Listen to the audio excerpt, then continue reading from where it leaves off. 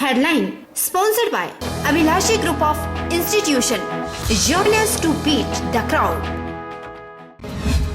प्रधानमंत्री ने video conferencing के माध्यम से सभी राज्यों के मुख्यमंत्रियों के साथ की बैठक। मुख्यमंत्री जयराम ठाकुर ने अधिकारियों को कोल्ड चेन उपकरणों की सूची तैयार करने के निर्देश किए जारी। मुख्यमंत्री ने हिम सुरक्षा अभियान का किया शुभारंभ। प्रदेश में 25 नवंबर से 27 दिसंबर तक चलेगा अभियान। 8000 टीमें लोगों के स्वास्थ्य मापदंडों के बारे में घर घर जाकर सूचना करेगी एकत्रित। सोलन आर-सिटी बाजार में दिख रहा है हाथ का हुनर। आर-सिटी द्वारा सोलन में लगाई गई उत्पादों की प्रदर्शनी। महिलाओं को आत्मनिर्भर बनाना प्रदर्शनी लगाने का मुख्य उद्देश्य। और नूरपुर में पुलिस ने मास्क न पहनने वालों को किया जागरूक। साथ ही कानून की उल्लंघना करने वालों के काटे चालान। थाना प्रभारी बोले आगे भी जारी रहेगी कार्यवाही। नमस्कार, आप देख रहे हैं HP 24x7। मैं हूं जनीशा। प्रधानमंत्री नरेंद्र मोदी ने आज वीडियो कॉन्फ्रेंसिंग के माध्यम से सभी राज्यों और केंद्र शासित प्रदेशों विशेषकर 8 अधिक प्रभावित प्रदेशों के मुख्यमंत्रियों के साथ कोविड-19 प्रतिक्रिया एवं प्रबंधन के दृष्टिगत की गई तैयारियों संबंधित उच्च स्तरीय समीक्षा बैठक की अध्यक्षता की। बैठक के दौरान कोविड-19 वैक्सीन के वितरण और उपयोग के बारे में विस्तार से चर्चा की गई। उसके बाद मुख्यमंत्री जयराम ठाकुर ने प्रदेश के अधिकारियों के साथ बैठक की। अध्यक्षता करते हुए अधिकारियों को इस महामारी के प्रसार को फैलने से रोकने के लिए केंद्र और प्रदेश सरकार द्वारा निर्धारित दिशा निर्देशों का कड़ाई से पालन करने के निर्देश दिए। अभी आज की बैठक विशेष तौर से कोरोना को लेकर के हुई थी और कोरोना की पूरे देश भर में हर राज्य में क्या सिचुएशन है इस बात को असेस किया गया। और दूसरा कि वैक्सीन आती है तो उसकी तैयारी क्या क्या है, उसकी कोल्ड चेन किस प्रकार से आप लोगों ने मेंटेन करनी है, किस प्रकार से सारी चीज़ों की तैयारी करनी है, हमारे प्रायोरिटी किसके लिए होनी चाहिए। ये अगर ये वैक्सीन आती है तो कौन कौन से ऐसे सेक्शन है जिनको हमने प्रायोरिटी पर जो है ये वैक्सीन देनी है। इन सारी बातों पर डिटेल में डिस्कशन की। और जहाँ तक प्रधानमंत्री जी का संदेश था वो एक ही था कि अभी तक गारंटी नहीं है कब तक आएगी, तब तक जब तक नहीं आती है तब तक के लिए सावधानी एकमात्र रास्ता है। इसको लोगों को समझाओ, लोगों को गंभीरता लाने के लिए प्रयत्न करो। ये सबसे मुख्यमंत्री जयराम ठाकुर ने कोविड-19 महामारी के प्रति लोगों को जागरूक करने के उद्देश्य से हिम सुरक्षा अभियान का शुभारंभ किया। इस अभियान के तहत प्रदेश में घर घर जाकर टीबी, कुष्ठ, मधुमेह, रक्तचाप जैसी बीमारियों के लक्षणों के बारे में सूचना इकट्ठी की जाएगी। यह अभियान 25 नवंबर से 27 दिसंबर तक प्रदेश भर में चलाया जाएगा।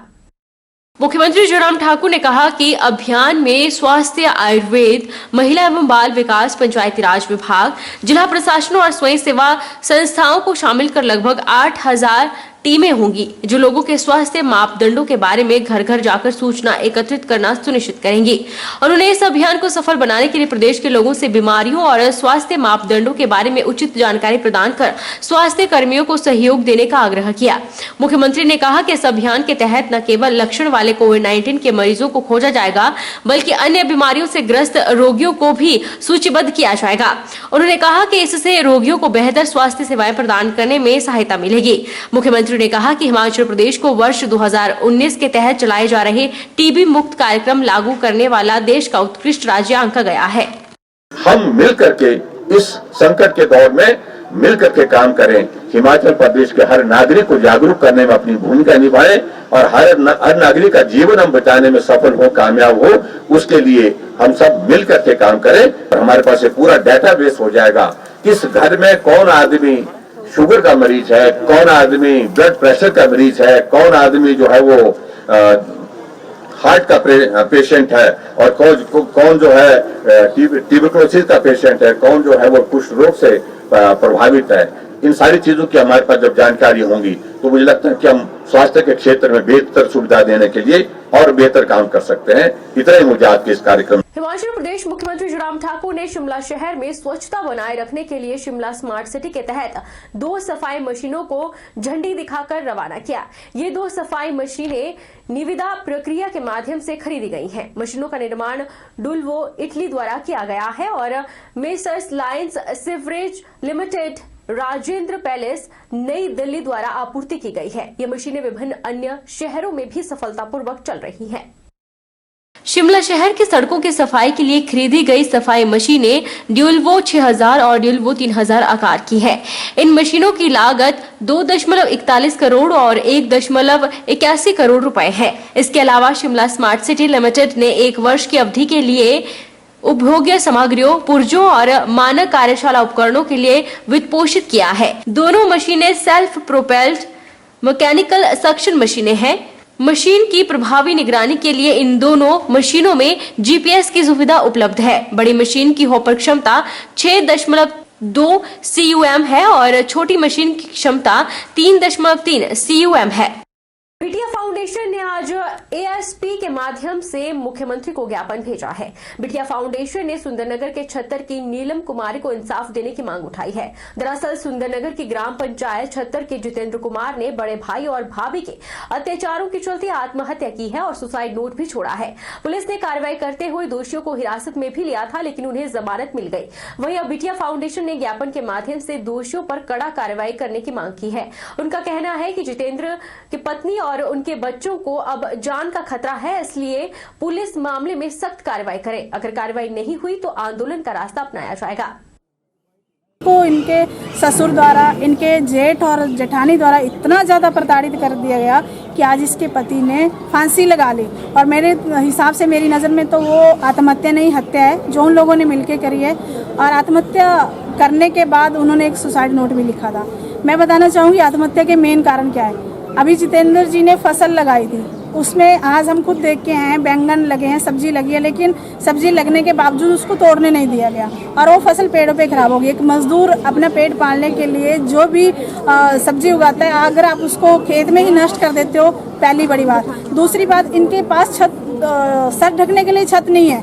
एक कमरा है जिससे इनका सामान हर रोज बाहर निकाल दिया जाता है, उससे भी नाम लिया जाए। उसमें उनका जो सामान है जो छत के ऊपर है और रखा हुआ सारा, और उस पर तरपाल उड़ाई गई है। इनको घर से बाहर निकाल दिया गया, 10 तारीख को सामान बाहर निकाल दिया गया। उसके बाद सब्जी भी नहीं उस दिन तोड़ने दी गई।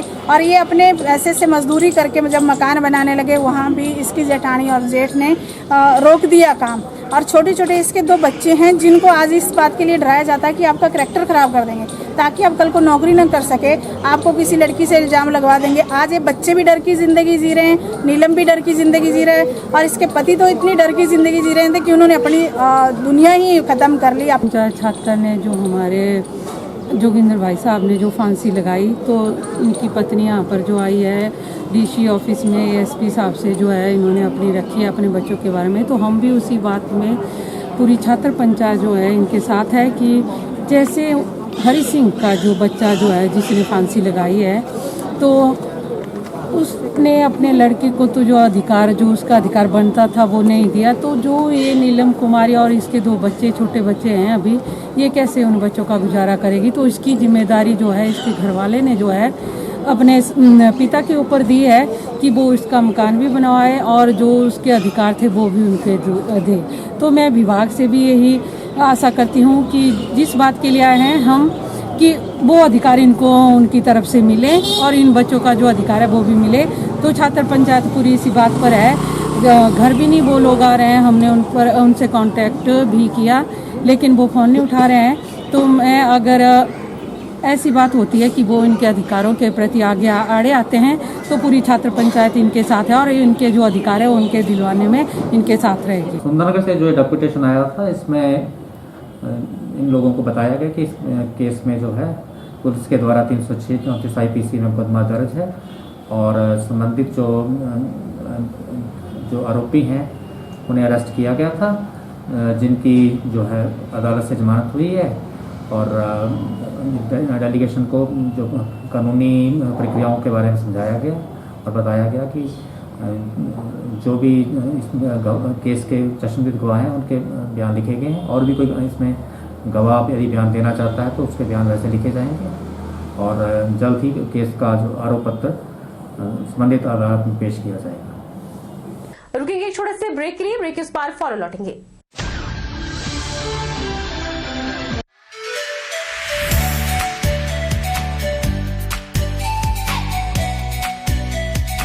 Abhilashi Group of Institution, where you can get admission in 2020 and 21 for BTech in Civil, Mechanical, Electrical and Computer Science Engineering. Diploma in Civil, Mechanical and Electrical Engineering, B Pharmacy, B.Ed, D.El.Ed, MSc, Physics, Chemistry, Botany, A&M, GNM, BSc Nursing and Post Basic BSc Nursing courses. For detailed inquiry, please contact Abhilashi Group of Institutions, near Chowk, Tehsil Bald District Mandi, Himachal Pradesh.